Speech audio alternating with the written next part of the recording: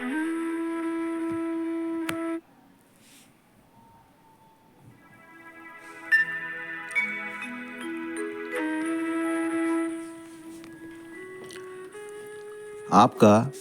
देवराहा बाबा YouTube channel में हार्दिक स्वागत है। यह सनातन धर्म की बुलंद आवाज़ है और हम आपको देवराहा बाबा के जीवन काल की चमत्कारिक घटनाओं के बारे में उनके शिष्य नारायण दास बाबा के द्वारा सुनवाते हैं उनकी लीला को। भारत में पौराणिक समय से ही ऋषि मुनियों की परंपरा रही है। वहीं हिंदू धर्म में तो सैकड़ों योगियों और सन्यासियों का वर्णन मिलता है। इन्हीं में से एक हैं देवराहा बाबा। बाबा को लेकर के कहा जाता है कि उन्होंने सैकड़ों वर्ष तक जीवित रहने का रिकॉर्ड बनाया है और उन्हें कई तरह की सिद्धियां भी प्राप्त थी। बाबा लोगों और जानवरों के मन की बातों को भी जानते थे। बाबा के चमत्कारों को लेकर अनेक कहानियां हैं। जानते हैं हम बाबा के चमत्कार और कहानियों के बारे में। आज हम उनके जीवन में उन घटनाओं के बारे में बताएंगे जब उन्होंने घनघोर जंगल में एक बाघ को प्रसाद दिया, और उनके उम्र के बारे में कि उन्होंने खुद स्वयं बताया था कि उनकी उम्र कितना है। बाबा के उस भविष्यवाणी को जो उन्होंने सटीक किया था, भविष्यवाणी तो बहुत लोगों ने किया, लेकिन बाबा ने कहा था कि श्री राम जन्मभूमि पर ही भगवान श्री राम का भव्य मंदिर बनेगा और वह कायदे से बनेगा, यानी नियम बन जाएगा और सभी लोग मिलकर के उसको बनवाएंगे।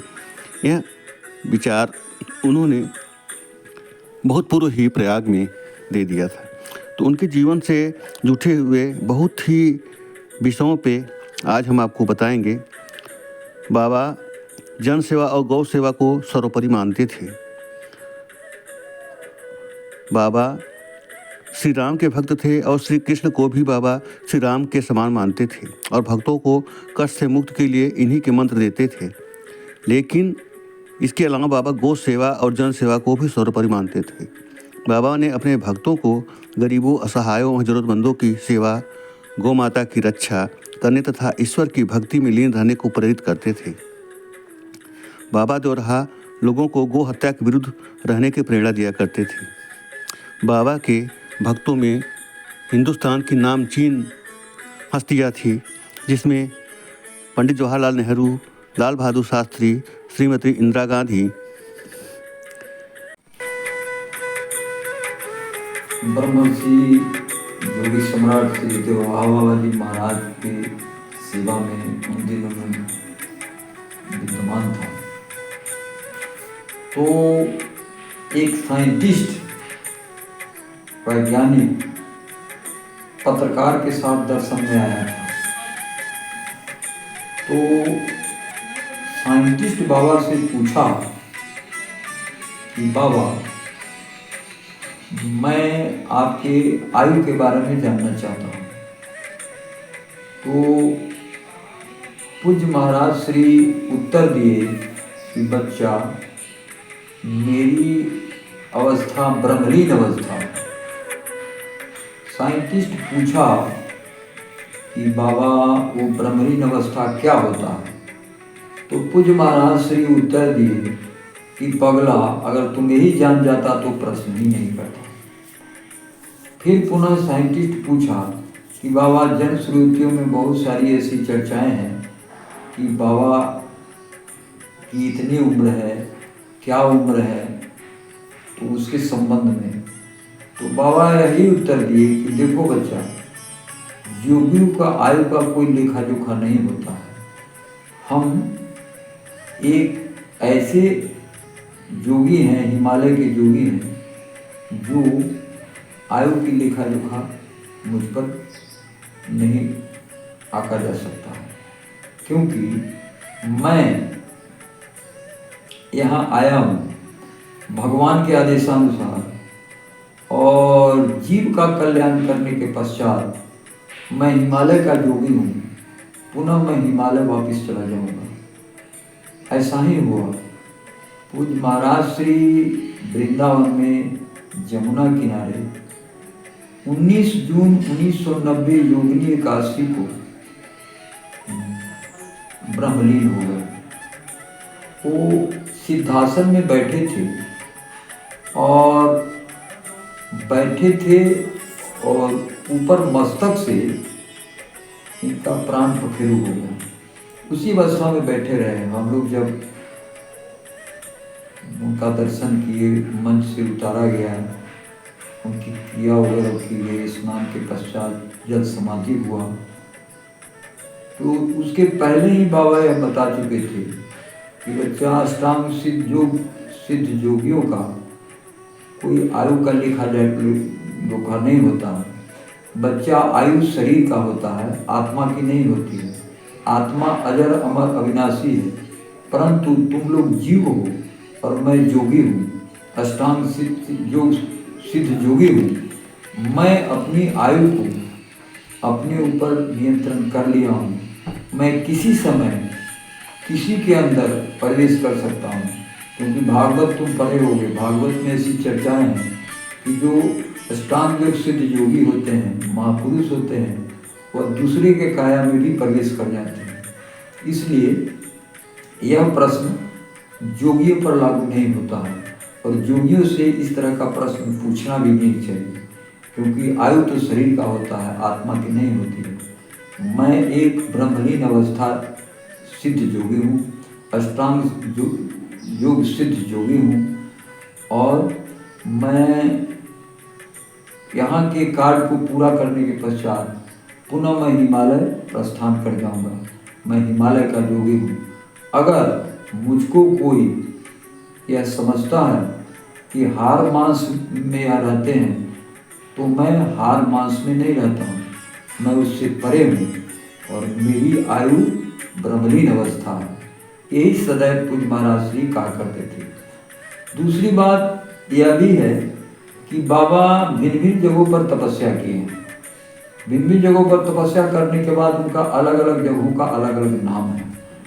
वो एक जगह आंवला के वृक्ष पर बैठ करके तपस्या किए हैं, तो वहाँ के लोग उन्हें अमलावा बाबा के नाम से जानते थे। फिर उसके बाद वैष्णव देवी का दर्शन जहाँ होता है, वहाँ गंगा नदी है, तो उस जल में बाबा बहुत दिनों तक जल के ऊपर बैठ के तपस्या किए थे। तो गुजराती रामायण में बाबा का चर्चा आता है। वहाँ बाबा का नाम जल बाबा के रूप में लोग जानते थे।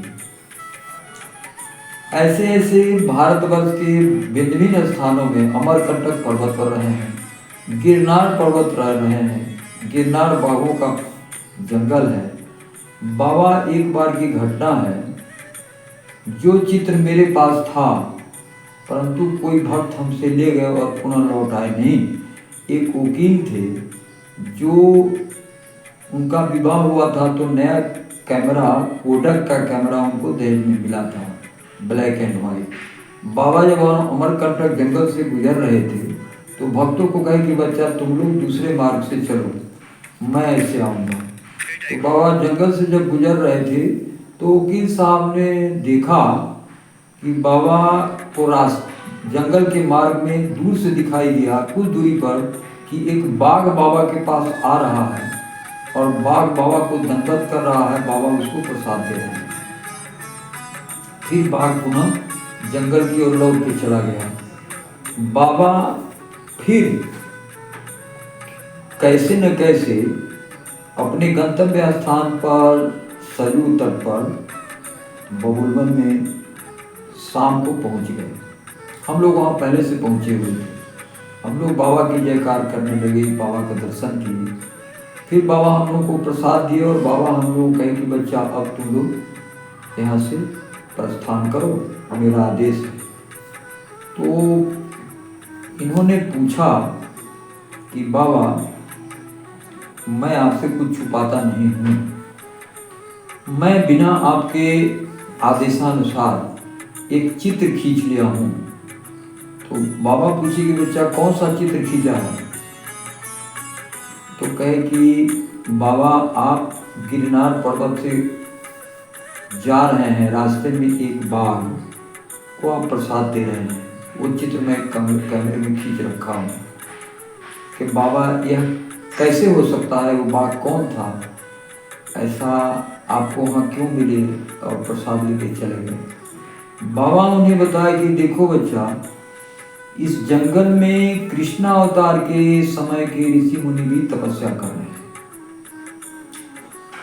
तो भक्त पूछे कि गुरुदेव बाघ के रूप में क्यों वहाँ रह रहे हैं।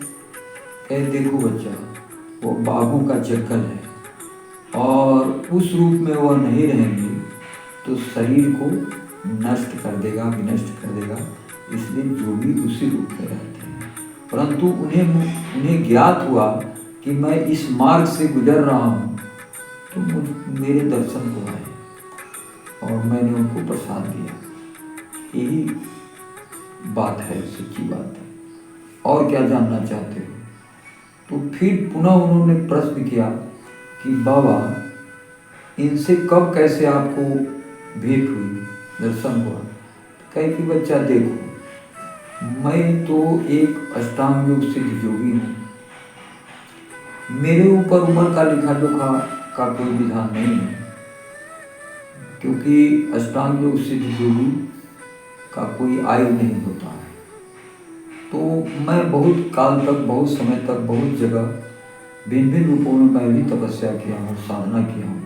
और आज मैं कुछ काल से इस बबुलवन में सरयू के किनारे निवास कर रहा हूँ, पर दियर क्षेत्र में रहने के कारण लोग मुझे दियर हवा बाबा के नाम से जानते जानते देवरा बाबा कहने लगे। लेकिन इसके पहले जहाँ जहाँ मैं जिस रूप में तपस्या किया हूँ वहाँ वहाँ का नाम ही अलग है। जैसे कहीं आंवला पर तपस्या किया हूँ तो आंवला बाबा, कहीं जल पर बैठ के तपस्या किया हूँ तो जल बाबा। इस तरह से भिन्न भिन्न स्थानों पर भिन्न भिन्न रूपों में मैं तपस्या किया हूँ और अलग अलग वहाँ के लोग उस रूप में मुझे जानते हैं। इसलिए मैं समस्त भारतवर्ष का कल्याण करने के लिए भगवान का भेजा गया दूत हूँ। कल्याण जब हो जाएगा तो मैं पूर्ण लौट जाऊँगा, ऐसा ही बाबा सदैव कहा।